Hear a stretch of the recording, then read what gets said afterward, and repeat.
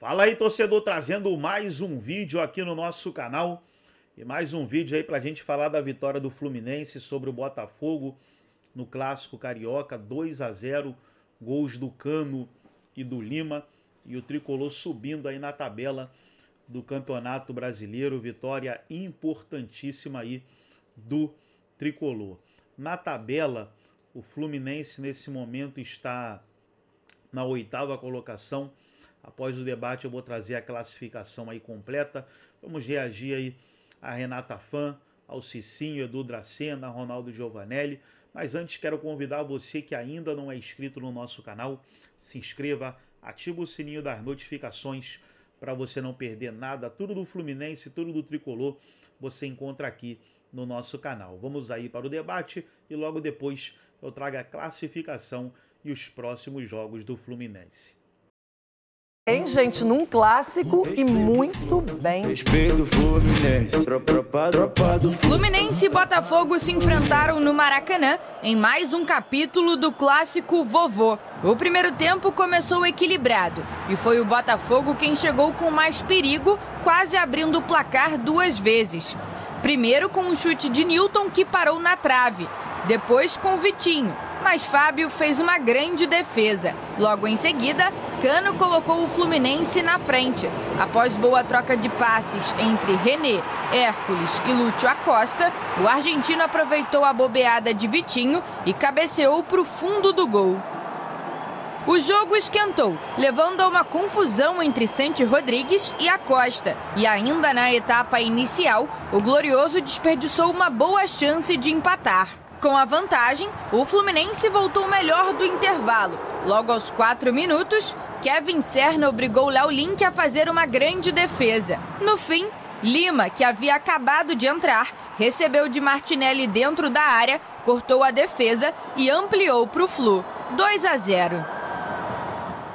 Sobre a gente se portar tão bem num clássico depois de uma eliminação, né? E nossa equipe estava muito bem hoje, tanto mental e tanto, jogando um bom futebol. A estreia de Zubeldia já até se tornou um pouco especial para o torcedor do Fluminense. Depois de mais de 3 anos, o Tricolor voltou a vencer o Botafogo e encerrou um jejum de 9 jogos sem vitórias no Clássico Vovô. Lo más importante para nosotros es tener una organización práctica y que la complejidad del juego se la den los jugadores a través de su impronta, a través de sus sociedades, a través de su inventiva, porque el fútbol creo que es eso, es la combinación entre una organización práctica y la complejidad que le dan los jugadores. Já David Ancelotti foi para o jogo com desfalques em todos os setores e precisou escalar uma zaga reserva. Apesar disso, o treinador afirmou que as ausências não podem servir de desculpa. Sou consciente que temos dificuldades, mas não tem que ser uma excusa, porque ainda com desfalques, com lesões, com jogadores fora, temos que ter mais contundência. Temos que jogar como se fosse cada duelo como se fosse o último jogo. Isso é o que falei com o time. Não podemos nos permitir não jogar a 150% para essa camisa.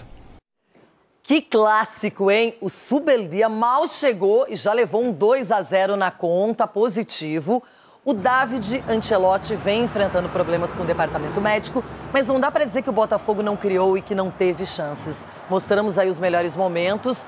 O time alvinegro apresentou algumas possibilidades, mas aí não conseguiu converter em gol e o Fluminense fez um placar interessante. Cicinho, o Flu sem Renato Gaúcho deve mudar bastante o estilo, ele está conhecendo os jogadores, mas a primeira impressão foi ótima. Exatamente, Renata. Na verdade, nessa primeira impressão não houve mudança, mas sim o Fluminense que nós estamos acostumados a ver, né? O Fluminense foi desclassificado e tem feito grandes jogos, como foi contra o Botafogo. E o cenário favoreceu, né? Um Botafogo desfalcado, um clássico, Fluminense com aquele ímpeto de um novo treinador. Então, tudo cooperou e os jogadores entenderam isso. Sofreu no início da partida, mas depois se reencontrou dentro de campo, porque o Botafogo, quando não tem equipe titular, o David Ancelotti tem muita dificuldade de encontrar um Botafogo assim, consistente. Até esboça uma atitude, mas logo volta ao normal. Então, assim, o Botafogo Com o time titular é um, com o time misto é outro, e o Fluminense acabou se aproveitando disso, e num clássico dá muita moral, e também para o treinador dar uma sequência aí no trabalho, estrear num clássico vencendo é muito bom.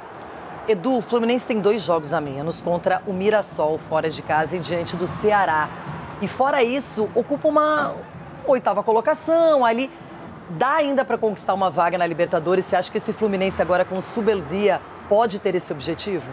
Eu acredito que sim, Renata, até porque a gente viu que, por mais que estava com o Renato, assim, a gente já viu jogos do Fluminense jogando muito bem, né, e dá muita esperança para o seu torcedor. Ainda bem que você falou com relação a 2 jogos a menos, de repente pode subir na tabela. Então eu vejo assim, um Fluminense que tem condições de alcançar coisas maiores dentro da competição, está na semifinal, né? Então acho que são situações, saiu da semifinal da Copa do Brasil, né? Agora só foca só realmente no Campeonato Brasileiro. Então eu acredito assim muito no trabalho do Zubeldia. Haja visto já o primeiro jogo, conquista uma vitória diante de um clássico, isso é importante. Deu confiança também pro Cano. Ele pegou o Cano de volta, deu, vem cá, você vai ser meu homem-gol. E foi lá e fez o gol. Deu o primeiro do jogo. E a vantagem é que a Copa do Brasil só em dezembro, não vai atrapalhar, então tá tudo tranquilo. Agora, estreia de Ramon Dias e...